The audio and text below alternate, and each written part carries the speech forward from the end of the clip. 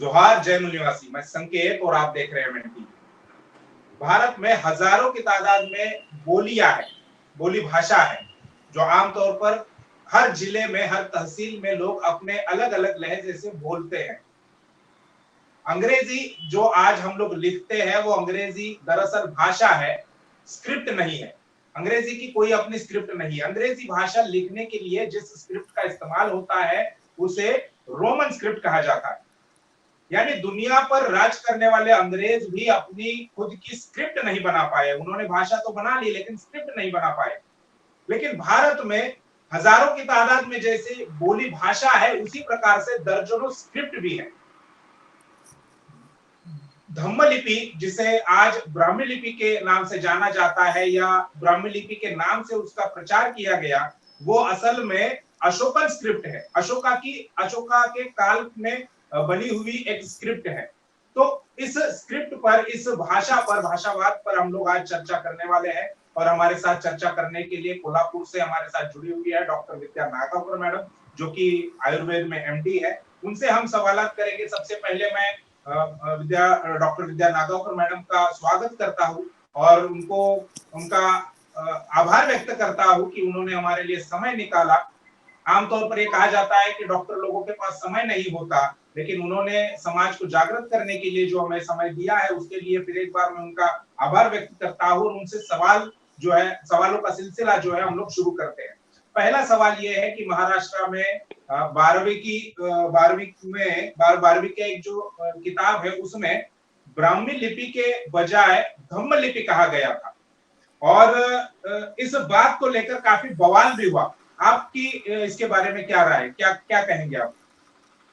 पहले तो बहुत बहुत शुक्रिया संकेत जी। देखिए फिर से साकेत आ रहा है मुंह में, क्योंकि साकेत का मुद्दा बहुत ज्यादा ऊपर आ चुका है।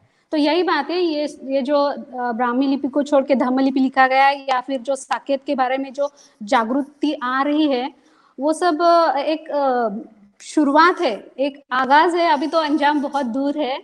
आप धीरे धीरे आप देखेंगे कि धम्म लिपि को सामने लाया जाएगा, या फिर साकेत का बौद्ध विहार है, या फिर जगन्नाथपुरी का मंदिर है, या फिर कोल्हापुर का अंबाबाई का मंदिर भी है, जो एक बौद्ध विहार ही है। तो ये सारी बातें जो सच है वो कभी ना कभी सामने आने ही वाली थी। अब जब बात कर रहे हैं धम्म लिपि की, और उसका जो 12वीं के पाठ्यक्रम में जो पाली विभाग है उसके बुक में इसका अंतर्भाव किया जा चुका है इसी साल, और उसका प्रकाशन जो हुआ है पिछले महीने ही हुआ है। तो उसी महीने में जब ये सामने आई ये बात कि ऐसा ऐसा हुआ है, तो बहुत सारे यहाँ के जो मैं कहूँगी अविज्ञानवादी है, जो विज्ञानवादी है ही नहीं, जो पुरातात्विक तरीकों को सबूतों को मानते ही नहीं है, ऐसे लोगों ने बवाल मचा दिया। तो उनका मतलब बाल बुद्धि, मैं उनको कहूँगी कि कोई ये तथ्य कैसे कह सकता है कि बस बच्चों का बुद्धि भेद ना हो, क्योंकि वो पहले से उसे ब्राह्मी लिपि कहते हैं। आप अब अगर उसको धम्म लिपि कहोगे तो बच्चों की बुद्धि में भेद हो जाएगा, इसलिए इसको धम्म लिपि नहीं बोलना है बल्कि ब्राह्मी लिपि बोलना है, क्योंकि ये यही परंपरा से चलकर आने वाली बात है। तो ये सिखाया गया है। हाँ जी, सिखाया गया है। तो जाहिर है ऐसी बातों को हम नहीं मान सकेंगे। देखिए वैज्ञानिक युग में अगर हम रह रहे हैं तो हमें विज्ञान की बातें करनी चाहिए, और विज्ञान जो होता है वो पूरी तरह सबूतों पर टिका हुआ होता है। तो अगर अशोका के शिलालेख जो कि बहुत ही ज्यादा प्राचीन माने गए हैं, हम ही नहीं तो पूरी दुनिया के इतिहासकार जो है, भाषाओं के तज्ञ हैं, वो सारे लोग अशोका की स्क्रिप्ट को, अशोका के शिलालेखों को सबसे प्राचीन मानते हैं। तो अगर सम्राट अशोका ने जो खुद ने उनके शिलालेखों में लिख के रखा है कि ये धम्म लिपि है, तो हम और आप और ये लोग होते कौन है उसको बदल के ब्राह्मी लिपि करने वाले।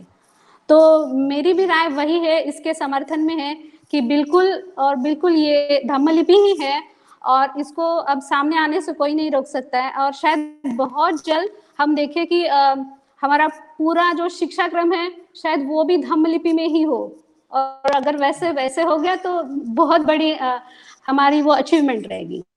जी, धम्म लिपि जो है उसके बारे में ज्यादातर लोग नहीं जानते हैं। तो मैं आपसे आपसे कहूंगा कि धम्म लिपि के बारे में आपके पास जो जानकारी है, आपके पास अगर कुछ एविडेंस है, तो वो हमारे दर्शकों को बताएं, ताकि ज्यादा से ज्यादा लोग इस धम्म लिपि के बारे में जान सकें। जी जरूर जरूर। धम्म लिपि के पास पहुंचने से पहले मैं थोड़ा उसका बेसिक बता दूं। आपने थोड़ा बहुत बता ही दिया।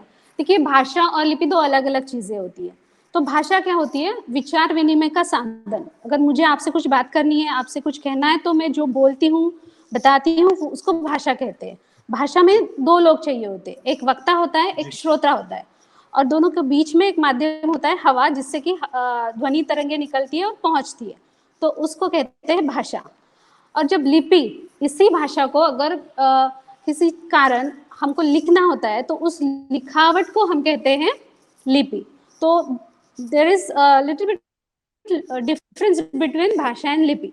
तो धम्म लिपि को जब हम देखते हैं, तो ये पहली बार हमें कब पता चला और कहाँ पे पता चला?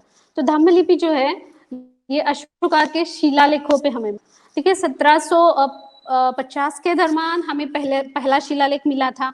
उसके बाद 1785 में दूसरा शिलालेख मिला, जो कि दिल्ली के टोपरा से आया हुआ था।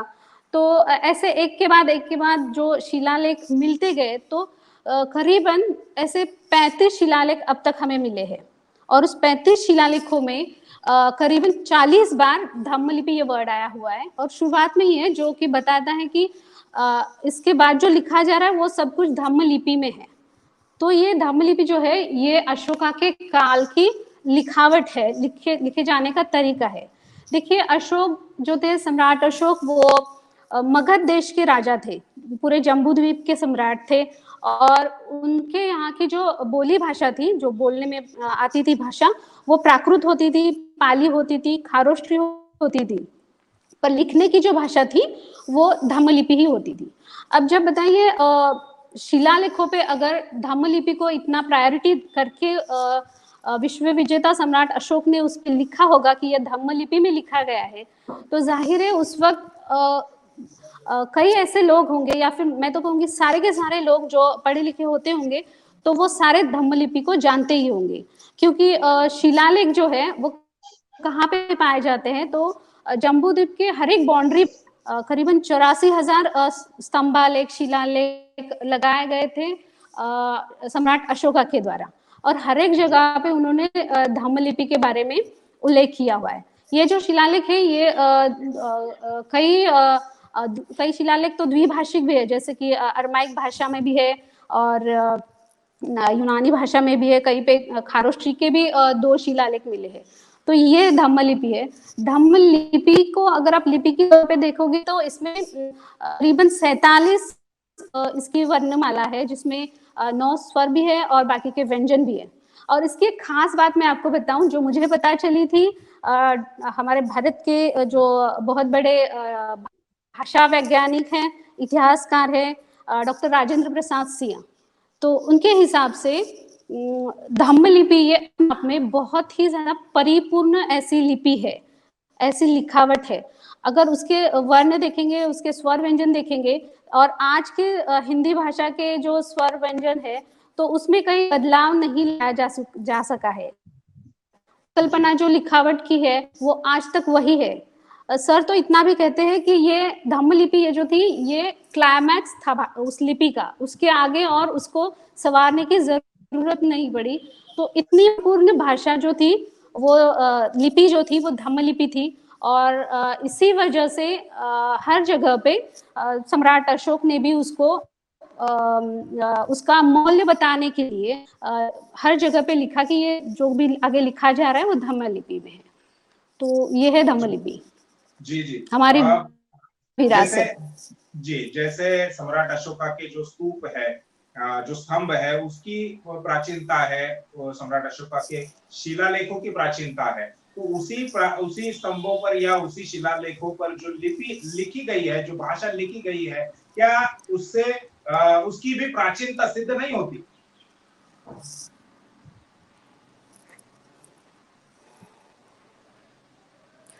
जी हाँ, थोड़ा शुरुआत से बताऊंगी इस चीज को। डेफिनेटली शिलालेखों की प्राचीनता हमें उसकी भी प्राचीन को दो है। जब हम मिलते हैं किसी को, हम अभिवादन करते हैं, जय मूलनिवासी कहते हैं, जय भीम कहते हैं, नमो बुद्धाय कहते हैं। तो ये सब कहने के पीछे एक वजह होती है।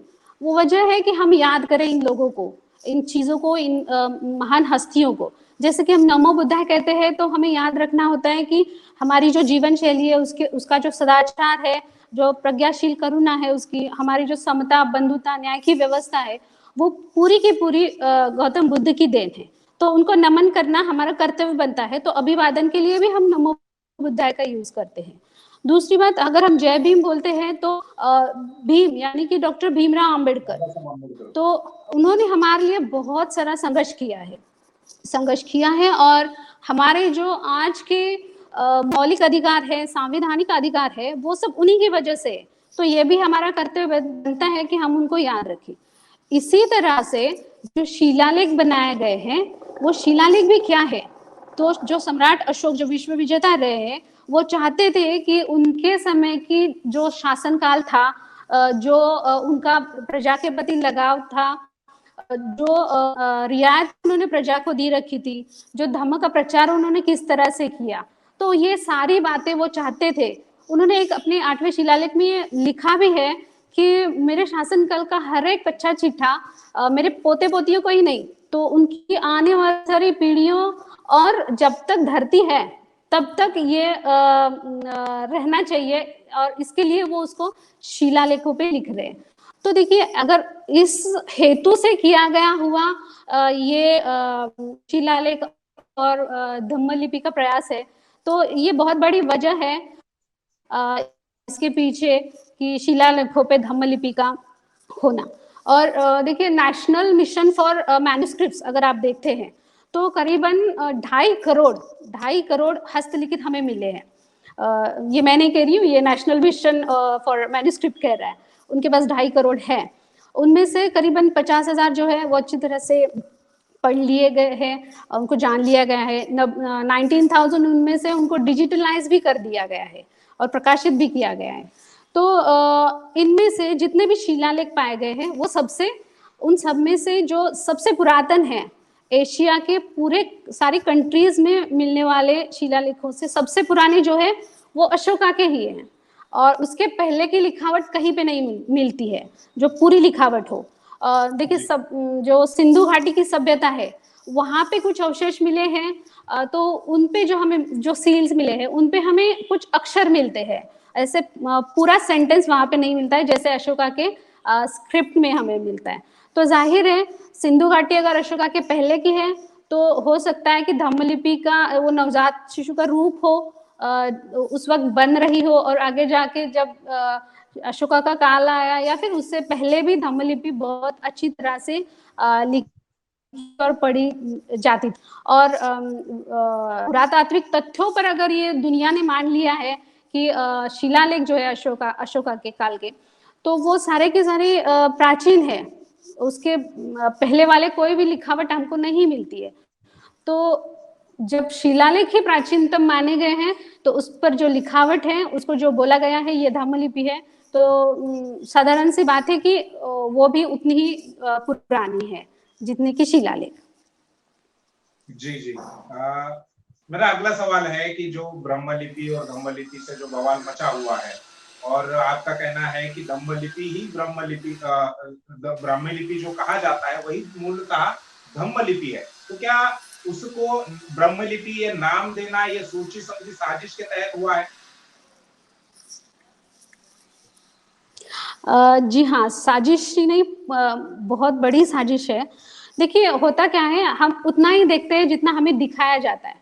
जैसे मानो हम खिड़की में बैठते हैं तो हमें उतना ही दिखाई देता है जितना खिड़की से दिखता है, उसके आजू बाजू का हम नहीं देख पाते। तो ब्रह्मलिपि को सामने लाने का पूरा जो श्रेय जाता है, श्रेय कहूंगी मैं इसको, कि वो जाता है प्रिंट मीडिया को। प्रिंट मीडिया जो है ये हमें हमेशा, जैसे राजेंद्र प्रसाद सर कहते हैं कि ये सेकंड हैंड इतिहास को दोहराती है, दिखाती है। तो प्रिंट मीडिया को अगर आप देखेंगे तो हर जगह पे आपको ब्राह्मी लिपि कहा हुआ मिलेगा।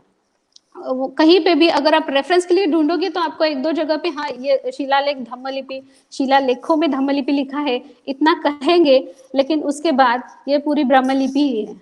अब ये ब्राह्मी लिपि है क्या? तो जैसे वर्ड खुद ही उसको डिनोट करता है, ब्राह्मी लिपि मतलब कुछ तो रिलेटेड होगा ब्रह्मा से।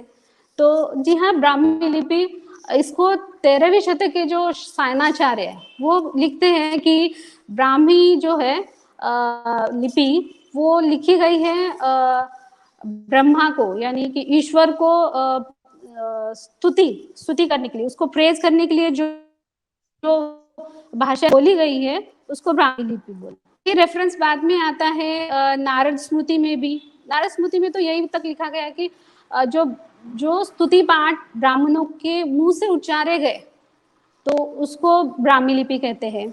उसके आगे जाकर भी ऋग्वेद में भी कई लोगों का मानना है कि ऋग्वेद में भी ब्राह्मी शब्द मिलता है, और ऋग्वेद बहुत ज्यादा पुराना है तो इसी हिसाब से ब्राह्मी लिपि भी पुरानी हुई। तो देखिए, किसी के कहने से कुछ नहीं होता है, और जिस तरह से ये तीनों बातें बता दी है कि यहाँ पे ब्राह्मी बताया गया है, बोला गया है, तो बेसिक ही गलत है।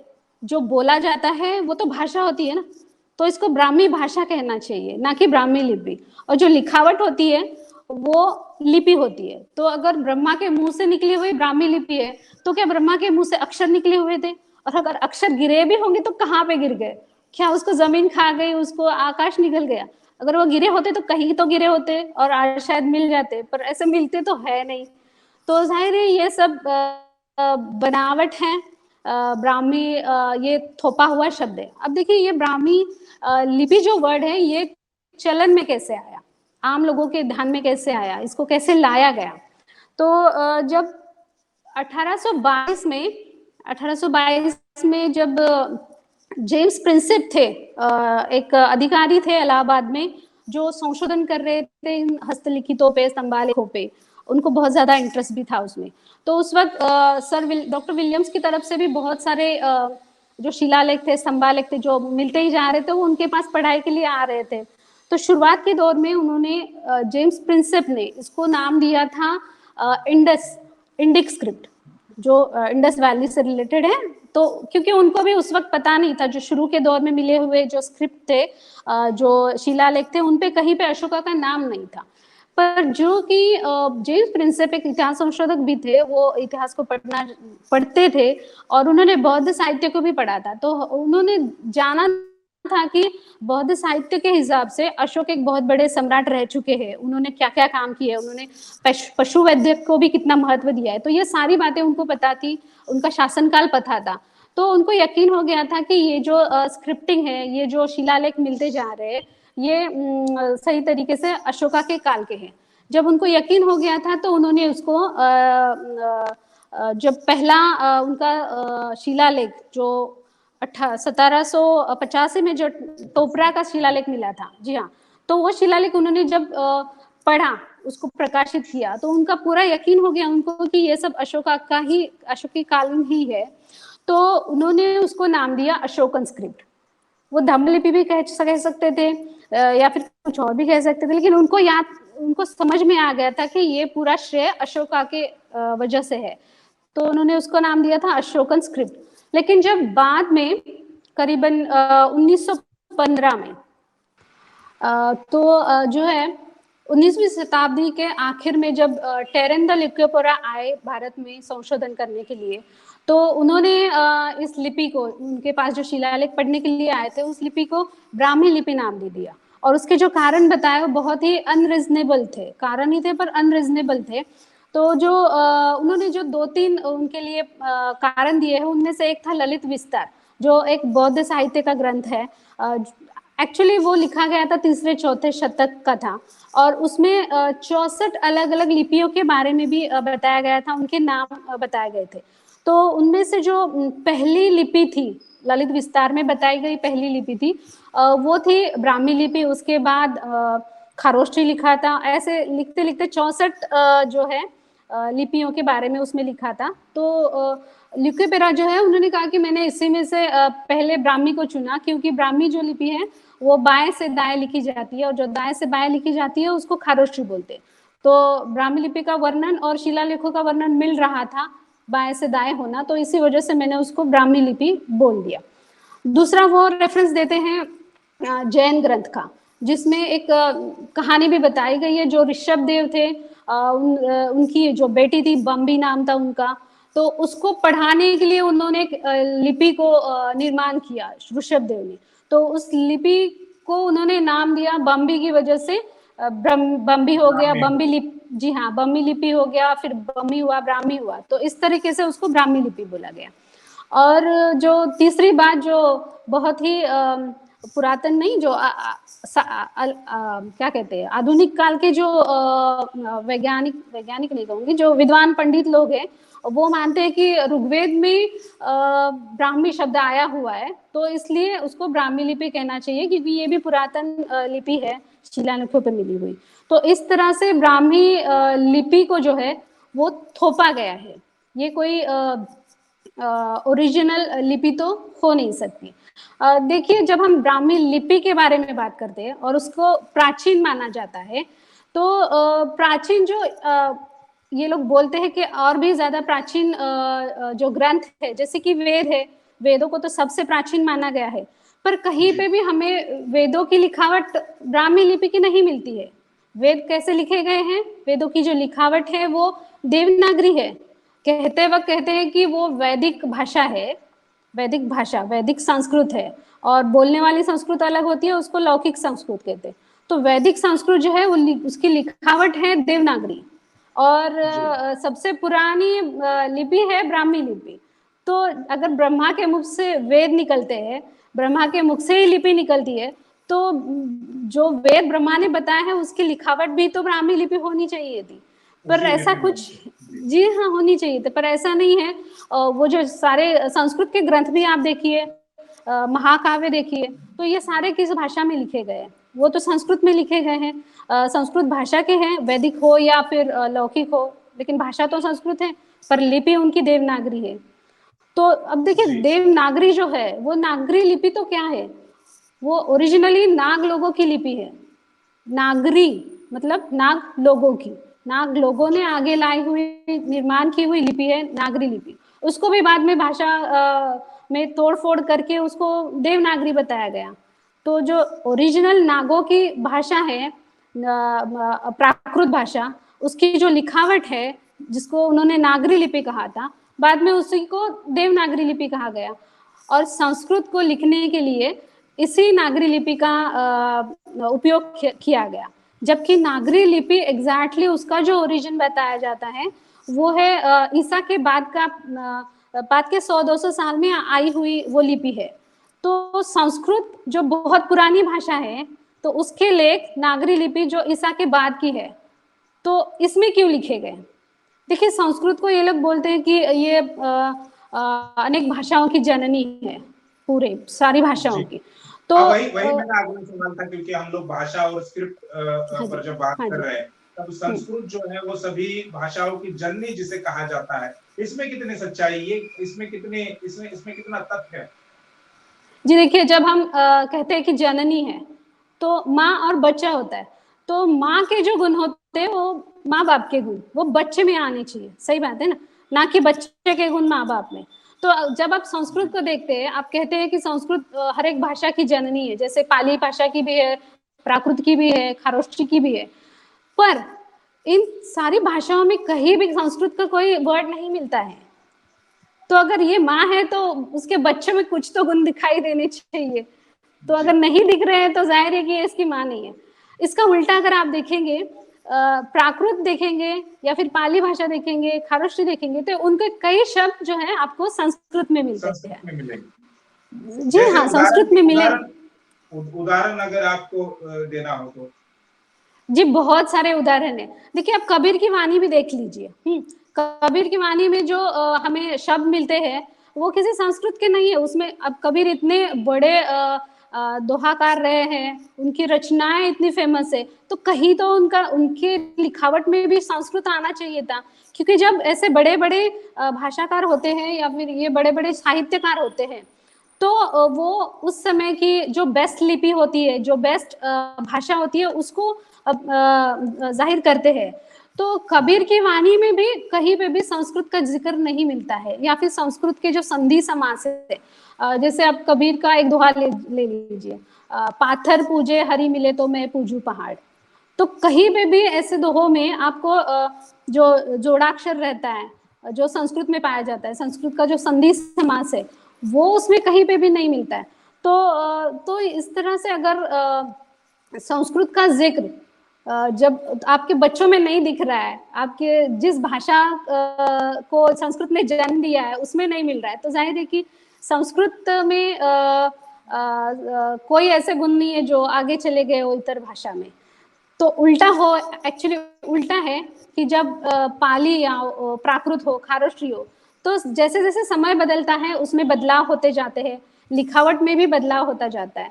तो प्राकृत की जो लिखावट रही है धम्मलिपि, उसको भी आगे आगे जैसे जैसे साल गुजरते गए उसमें भी बदलाव आते गए, और बाद में उससे ही प्राकृत भाषा भी संस्कृत भाषा भी आई, उसी में से लिपि भी उसी धम्मलिपि के आधार पर निकली। अब देखिए संस्कृत का हम थोड़ा सा इतिहास देख लेते हैं।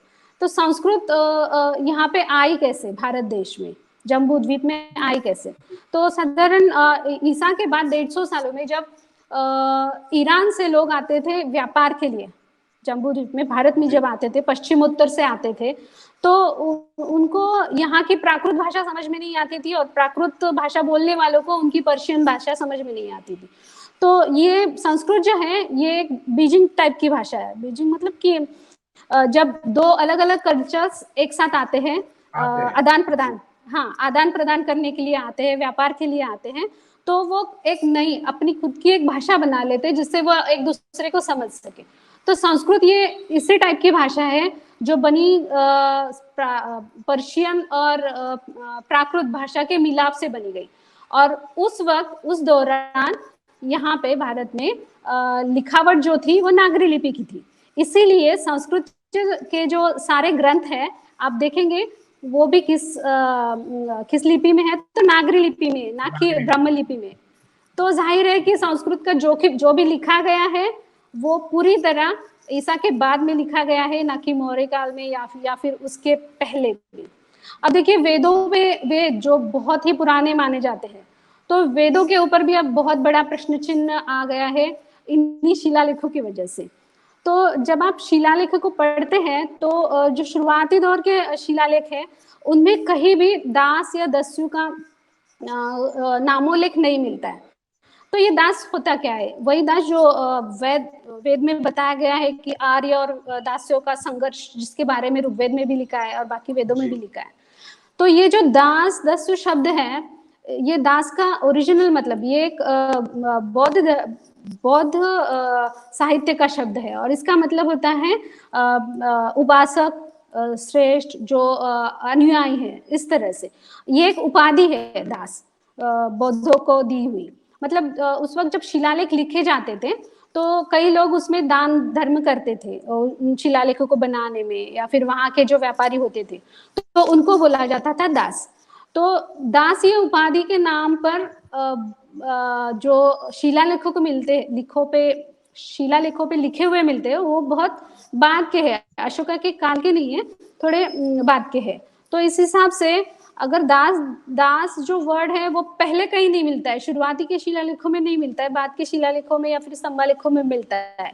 तो जाहिर है कि ये जो दास यहाँ पे हमें मिलता है और जो वेदों का दास है ये एक ही है।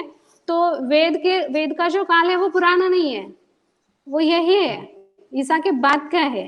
तो इससे भी वेद के ऊपर बहुत सारी शंकास्पद नजरें लग जाती है कि वेद वाकई में किसी ब्रह्मा के मुंह से गिरे हुए हैं, पड़े हुए हैं, या फिर उसे बाद में लिखा गया है, थोपा गया है। यही बात है जी। संस्कृत के कुछ शब्द जो है वो लैटिन जो भाषा है उससे भी मिलते जुलते हैं, ऐसा भी मैंने कहीं पढ़ा था। जी हाँ, जी हाँ। तो ये तमाम बातें हैं डॉक्टर विद्या नागावकर मैडम को हम लोग मैं और एक थोड़ी सी बात जी एक बात इसमें ऐड करना चाहूंगी। देखिए जब आप ये शिलालेख पढ़ते हैं तो बहुत सारी बातें सामने आती है, और एक सामान्य बात है, चोरी करनी है पर उसकी कुछ सीमाएं, कुछ मर्यादा है कि नहीं। मतलब लिमिटलेस चोरियां हो चुकी है, और ये सब सारी चोरियां जो है ये शिलालेख और ये जो बौद्ध विरासत के अवशेष हमें मिलते जा रहे हैं, उनसे ये सामने आती जा रही है। देखिए जो 8वां शिलालेख हमें मिला हुआ था, उसमें सम्राट अशोक ने लिखवाया है कि वो जब 20 साल राजा बनने के 20 साल बाद जब वो बोध गया गए थे, तो वहां पे उन्हें मिलते थे बमन और शमन लोग मिलते थे, और वो उनको जानना चाहते थे, वो उनको उनसे वार्तालाप किया करते थे, और उन्हें चिंता थी कि ये बमन और शमन को कैसे एक साथ में लाया जाए। तो ये बमन और शमन क्या है? बमन और शमन ये दो संघ है, दो दार्शनिक प्रकार है बौद्ध दर्शन के दो अलग अलग तत्वज्ञान के प्रकार है, जिसे जो महासंघिक है उसको बमन कहा जाता है, और जो थेरवादी है उसको समन कहा जाता है। तो मैगस्थनीज ने भी अपने इंडिका में लिख के रखा है कि जो बमन है उसको उसने ब्राह्मण लिखा है, और जो समन है उसको सरमन लिखा है। तो ये ब्राह्मण जो है ये बाद में आके बन गया ब्राह्मण, और फिर ब्राह्मण बना क्योंकि वो महासंघिक है, तो बड़े हैं, नंबर में भी बड़े हैं, श्रेष्ठता में भी बड़े हैं, तो उन्होंने उसको मैं कहूँगी चुरा लिया फिर से, तो ब्राह्मण है, तो ब्राह्मण से बन गया ब्रह्मा। फिर हर एक चीज को जोड़ा गया ब्रह्मा से, ईश्वर से, और सामने लाया गया। देखिए इतना ही नहीं, जब आप देखते हैं नर्मदा जो नदी है, तो उसका शुरुआती का नाम भी नेर बुद्धा है, नेर बुद्धा, जो बुद्धा के नाम से जुड़ा हुआ है। नेर मतलब पानी जो बहता है, तो उसको भी बदलवा के नर्मदा किया गया। और जैसे कि सरयू बनाया गया घाघरा नदी को, कालिंदी नदी बनाया गया हमारी यमुना नदी को, और ऐसे बहुत सारी चीजें हैं जिनको चोरी किया गया, उनके नाम बदले गए, उनके लेबल बदले गए, और उनको सामने रखा गया। और जबकि हमारे लोग जो है मूल निवासी है, उनको शिक्षा का ही अधिकार नहीं था, तो क्या लिखा गया है वो ही पता नहीं है, तो झूठ है कि सही है ये पता चलना तो बहुत दूर की बात है। तो हमें आभार प्रदर्शित करना चाहिए हर वक्त डॉक्टर बाबा साहब अम्बेडकर का, फुले जी का, शाहू जी का, कि उनकी वजह से हमें शिक्षा का अधिकार मिला। और मैं कहना चाहूंगी कि हम लोग जो पढ़े लिखे लोग हैं, उनको पढ़ा लिखा बन के, पढ़ के, उसके ऊपर विचार विनिमय करके, उसको देख परख के, इतिहास को पढ़ के, उसको देख परख के सच्चाई लिखनी चाहिए, सच्चाई सामने लानी चाहिए, ना कि हम लिखे पढ़े बने, मतलब जो लिखा हुआ है उसको पढ़े और बस हो गया। ये बात जो है ये नहीं होनी चाहिए। पढ़े लिखे जो लोग हैं, देखिए मैं यहाँ पे ज़रूर बोलना चाहूँगी, जैसे हमारे डॉक्टर विलास खरात सर जी हैं, डॉक्टर प्रताप चारसे सर जी है, त्रिरश्मि प्रकाशन के अतुल भोसेकर सर जी है, तो ये और राजेंद्र प्रसाद सर को मैं भूल नहीं सकती। तो ये सारे जो लोग हैं, ये भारतीय जो नया इतिहास, नए तरीके से इतिहास को जो लिखा जा रहा है, इन लोगों का बहुत बड़ा योगदान है उसमें। ये लोग सच्चाई को सामने ला रहे हैं, तो हमें चाहिए कि ये लोग जो सच्चाई सामने ला रहे हैं उसका प्रचार और प्रसार करने का हम भी कुछ जरिया बने, कुछ माध्यम बने, हम सामने और लोगों को बताएं कि ये सच्चाई है और ये लोग इस पर काम कर रहे हैं। और आखिर में मैं एक बात कहना चाहूँगी, राजेंद्र प्रसाद सर बहुत ही अच्छे से कहते हैं कि जो हिरण का जो शिकार हुआ है, उसकी जो दास्ता है, तो वो इस बार हिरण बताएगी, ना कि शिकारी बताएगा। तो जो नया इतिहास, हाँ, तो शिकार बताएगा इस बार, शिकारी कुछ नहीं बताएगा। शिकारी के इतिहास का मुआयना किया जाएगा हिरण की आंखों से, क्योंकि दर्द उसे मिला है, तो दर्द की बयां भी वही करेगी, तो सच तो सामने आकर ही रहेगा, चाहे वो धम्मलिपि हो, चाहे वो बोध गया हो, या फिर जगन्नाथ मंदिर हो, या फिर साकेत हो। तो ये 100% ये धम्मलिपि है, और हमें कोशिश करते रहने चाहिए कि धम्मलिपि को हम आगे और ज्यादा प्रचार और प्रसार में लाएं। जी, शुक्रिया डॉक्टर नागावकर मैडम का कि उन्होंने समय दिया और धम्मलिपि ब्राह्मलिपि इसमें क्या अंतर है ये हमें बताया। धम्मलिपि कितनी पुरानी है, और जिसे ब्रह्मलिपि कहा जाता है उसका कोई अस्तित्व नहीं था, वो चुराया हुआ है। जैसे इलाहाबाद का नाम प्रयागराज कर दिया, केवल नाम बदलने का काम होता है। तो इसी प्रकार से ये आज का मामला नहीं है, पुराना उनका खेल चलता रहता है, पुरानी साजिश है। मैं इस पर एक ही बात कहना चाहूंगा, जैसे हिंदू ये शब्द मुगलों ने दिया हुआ है, और जिसे ब्राह्मण आज गर्व से कह रहे हैं, गर्व से बोल रहे हैं कि ओबीसी को, एससी एसटी के लोगों को जो हिंदू नहीं है उनको भी कह रहे हैं कि आप गर्व से कहो। तो मुगलों ने दिया हुआ नाम अपने धर्म को दिया है। और जो जिस वैज्ञानिक का जिक्र अभी मैडम ने किया, लुकानस, अगर मैं सही हूँ, उन्होंने जो लुकुपेर, तो उसने जो नाम दिया है वो भी विदेशी है, मुगल भी विदेशी है। तो विदेशियों से लिया हुआ नाम अपने संस्कृति को या अपने धर्म को या अपने भाषा को देने का जो काम है वो लगातार इस देश में चल रहा है। तो फिर एक बार मैडम का शुक्रिया अदा करते हैं, और ऐसे ही हमें हमारे दर्शकों को जागृत करने के लिए आप समय देंगे, ये उम्मीद भी आपसे करते हैं। और इन तमाम मुद्दों पर, जितने भी मुद्दे डॉक्टर नागावकर मैडम ने यहाँ पर उपस्थित किए हैं, इसके बारे में आपके पास अगर कोई जानकारी है तो वो हमें कमेंट बॉक्स में जरूर लिखकर बताइए। और इस पूरे चर्चा पर आपकी क्या राय है ये भी हमें कमेंट बॉक्स में जरूर लिखकर बताइए। शुक्रिया आप सभी। धन्यवाद।